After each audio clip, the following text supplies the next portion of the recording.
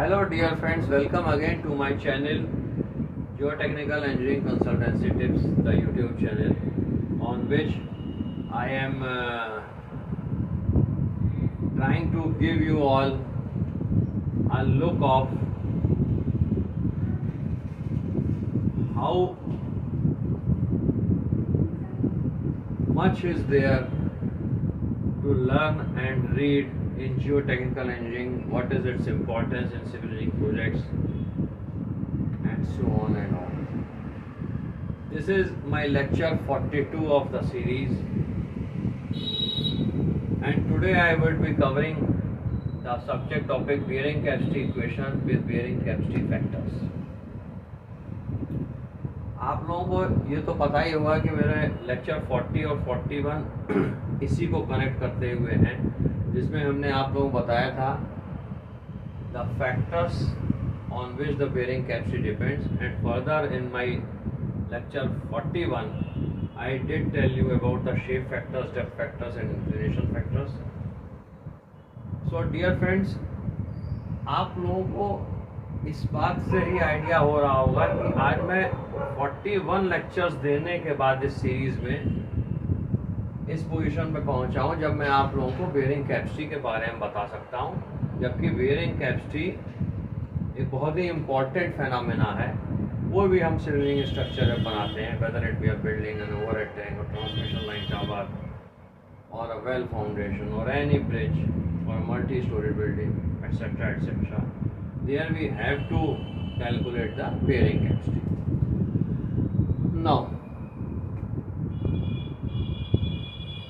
we all know that Dr. Carl von Terzaghi is popularly known as the father of soil mechanics, and he did propose a bearing capacity equation in the year 1943, and further these were being provided also by Meyerhoff in 1963, Hansen in 1970, and Wesig in 1973 and 75, with their opinions based on the research done by them. They all gave their own equations and formulations for bearing capacity factors. But we in India are have to follow this IS 6403 1981, which has been reaffirmed in 2021. Indian Standard Code, this one. What does this code say about your bearing capacity? Is for strip footing, as per clause 5.1.1, it is saying that in case of general shear failure, this QD, ultimate net bearing capacity, should be given as equal to CNC plus QNQ minus 1 plus half B gamma N gamma. This is point A of this clause. Point B of this clause says Q dash D is equal to 2 by 3 C and dash C plus Q and dash Q minus 1 plus half B gamma and dash gamma for local shear failure conditions. In order to take into consideration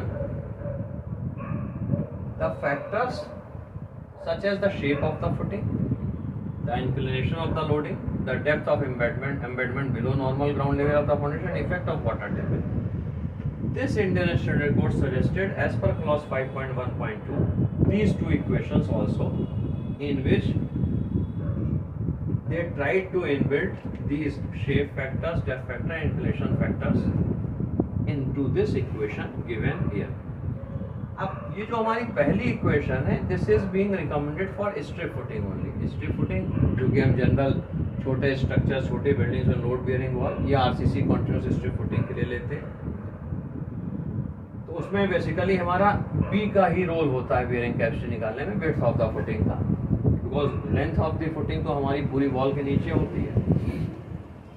अब coming to this clause 5.1.2, in which these shape factors, inclination factors, and depth factors have been included, this equation, as per this Indian Standard Code, has been written as QD is equal to CNC SC DCIC plus QNQ minus 1 SQ DQIQ plus half B gamma N gamma S gamma D gamma A gamma W dash, and likewise Q dash D this is for general shear condition and this is for local shear condition.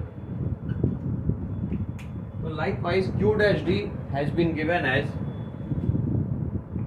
2 by 3 c n dash c sc dc ic plus k q n dash q minus 1 sq dq iq plus half b gamma n dash gamma s gamma t gamma I gamma w.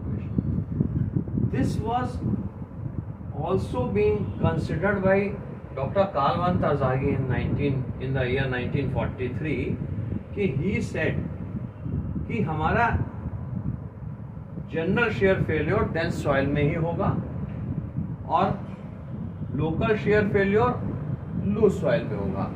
That is why he suggested a correction factor in this bearing capacity equation for local shear, in which he proposed a reduction factor kind of a thing. Ki C would be considered as 2 by 3C, that is 0.67C. This factor. Okay. And for phi dash, he proposed tan inverse 0.67 tan phi. अब क्या है कि हमारे IS 6403 ने bearing capacity factors की एक table दे रखी है corresponding to 0 degree, 5 degree, 10 degree, 15 degree, 20 degree, 25 degree, 30 degree, 35 degree, 40 degree, 45 degree and 50 degree. These NC, NQ and gamma factors have been provided in this very particular code, IS code, Indian Standard. Moreover, इन सभी लोगों ने अपनी अपनी equations तरजागी जी ने, मेहराव जी ने, Hansen जी ने और वेजिक जी ने बेयरिंग कैपेसिटी फैक्टर्स के लिए दी थी.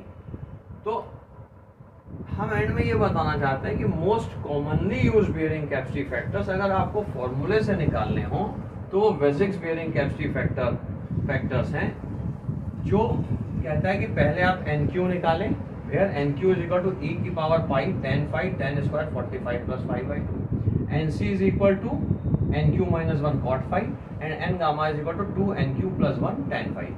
What is phi here? Phi is the angle of internal friction at the base of the foundation where you are proposing the foundation for any respective structure. अब let me explain you कि C in this equation is the cohesion. NC, NQ, N gamma, N dash C, N dash Q, N dash gamma are the bearing capacity factors, where these N dash C, N dash Q and N dash gamma are being referred to whenever we need to या we have to work out bearing capacity for local shear condition. उसमें वो ये कहता है कि आप phi dash निकाल लीजिए और phi dash को के कॉरेस्पॉन्डिंग ये फैक्टर्स इस इक्वेशन से या तो बेसिक इक्वेशन से या जो टेबल हमने दी हुई है इंडियन स्टैंडर्ड कोड में उससे ले लें. इसमें हमारी वर्किंग ये बताती है कि जो आपके राउंड में ये 0, 5, 10, 15, 20, 25, 30, 35, 40, 45 और 50 डिग्री है, इस पे तो ये वैल्यूज बिल्कुल एग्जैक्टली मैच कर जाती हैं given as per Indian standard code.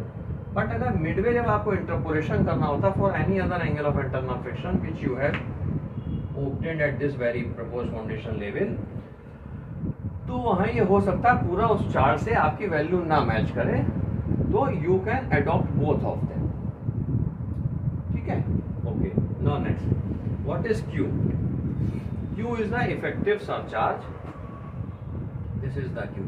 Q is the effective surcharge at the base level of foundation, जो कि हम गामा डी फैक्टर से निकालते हैं. बट अगर ये हमारी वाटर टेबल यहाँ कहीं होती, इन केस जो मैंने यहाँ दिखा रखी है, तो ये इफेक्टिव सरचार्ज की कैलकुलेशन अलग तरीके से होगी, वाटर टेबल नहीं होगा तो अलग तरीके से होगी. ठीक है.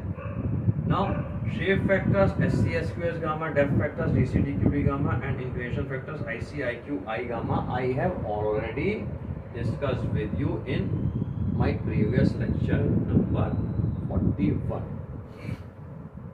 अब क्या है, ये हमारा अल्टीमेट नेट बेयरिंग कैपेसिटी जो है ये बताता है कि हमारा सॉइल शियर में कैसे और कब फेल करेगा.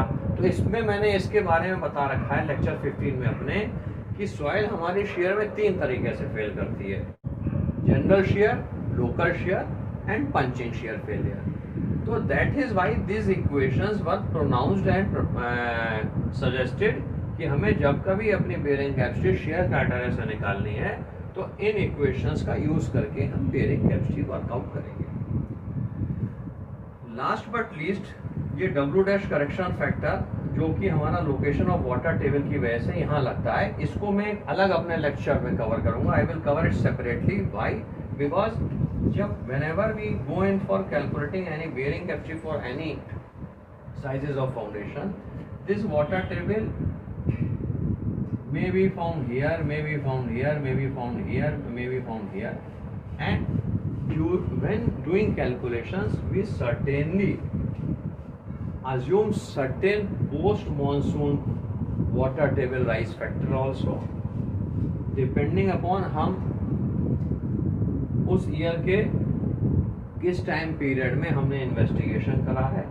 लेकिन ये पोस्ट मॉनसून राइज की जो हम वैल्यूज अज्यूम करते हैं ये अपने एक्सपीरियंस के सोनली बेस पे करते हैं, डिपेंडिंग अपॉन वहाँ हमारी सिचुएशन में कोई, जहाँ हम इन्वेस्टिगेशन करने गए वहाँ कोई वाटर बॉडी तो नहीं थी, कोई रिवर तो नहीं थी,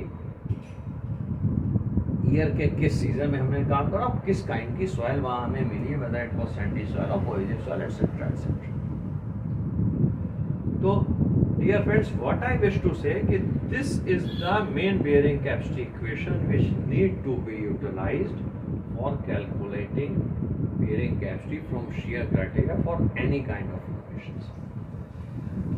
अब इसमें एक चीज हम आपको और बता दें, शेप फैक्टर्स जो है हमारा स्ट्रिप फुटिंग, सर्कुलर और स्क्वायर फुटिंग के वैल्यूज दी हुई हैं इस कोड में, और अगर ये रेक्टेंगुलर फुटिंग है तो ये उसके डायमेंशंस पे L और B पे डिपेंड करता है, L और B पे. यही अगर हमारा डेप्थ फैक्टर्स हैं तो ये हमारा डिपेंड करते हैं DF पे, B पे और 5 पे एंगल ऑफ इंटरनल फ्रिक्शन पे, जो कि मैंने अपने लेक्चर 41 में इन दोनों के बारे में बताया हुआ है, और इंक्लिनेशन फैक्टर भी मैंने आप लोगों को अपने लेक्चर 41 में ऑलरेडी बता रखा है. अब बस इसमें लेक्चर को एंड करने से पहले what I wish to explain you all is कि हमारी इक्वेशन में आप देखते होंगे फर्स्ट कंपोनेंट CNC है, तो जहाँ भी कोहेसिव सॉइल होगी, कोहेजन प्रिडोमिनेट करेगा, वहाँ इस फैक्टर का मेजर रोल होगा CNC का. This will be playing the major factor when it is predominating cohesive soil, and this QNQ factor will be playing a major role when it is cohesionless soil, along with the depth of the foundation proposed, चूँकि this Q which is effective surcharge at the base level of foundation, which is gamma D. Now base width term which is 0.5 gamma n dash gamma, या n gamma in case of general shear condition and dash gamma for in case of local shear condition, is a very small component of these three, which can be neglected if your width of foundation is say less than 3 to 4 meter, as has been suggested in Joseph E. Bowell's book, textbook. Otherwise also there are certain things which need be decided solely based on the experience and the prevailing site conditions at the site. And in the end, let me explain you one thing before we apply factor of safety on this net ultimate bearing capacity, is that I have also already told you in my previous lecture कि depending upon void ratio and relative density हमको ये bearing capacity workout करनी होती है. तो हमको एक चीज़ और देखनी है मोस्ट इम्पॉर्टेंटली कि हमारा base of the propose founding level पे क्या वॉइड रेशियो है, उस वैल्यू के बेसिस पे we have to interpolate both these worked out values of as per general shear and local shear, and that value which we obtain on the basis of void ratio is considered as the Q ultimate net bearing capacity, on which we apply this factor of safety. The net safe bearing capacity, which is being usually worked out and recommended from shear criteria, is obtained by applying factor of safety on this Q ultimate net bearing capacity, which has been depicted here as QD and Q-D। इस पे भी हम आप लोगों को already explain कर चुके हैं अपने प्रीवियस लेक्चर में। इसके बाद क्या होता है कि at last whatsoever bearing capacity has been worked out, we have to see कि whether the settlement produced for that very bearing capacity, जो हमने लोड ऊपर अप्लाई करा है जिससे शियर फेल्योर के डिफॉर्मेशन वगैरह होते हैं, सेटलमेंट आता है, तो whether that settlement is with in the specified permissible limits as per respective IS code, which in this very case in Indian scenario is IS 1904, 1986, although it has been revised in recently in 2021. So dear friends, this is what I wish to explain you in this lecture of mine. Hope आप लोगों को ये lecture मेरा पसंद आया होगा। Keep on watching my lectures and keep on subscribing to my YouTube channel geo technical engineering consultancy tips. Thank you very much.